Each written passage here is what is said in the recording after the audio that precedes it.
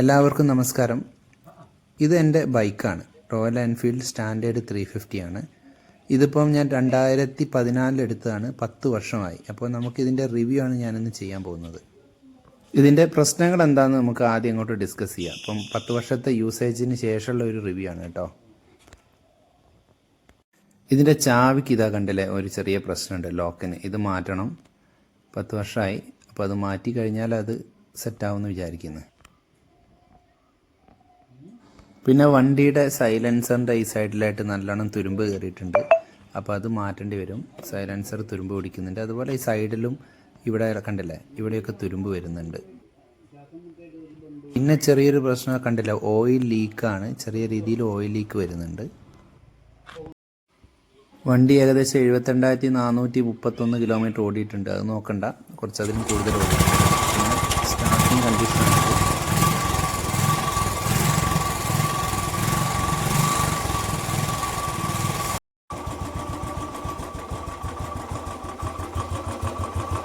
വണ്ടി സ്റ്റാർട്ടിങ്ങിലുള്ളൊരു കണ്ടീഷൻ എങ്ങനെയാണ്?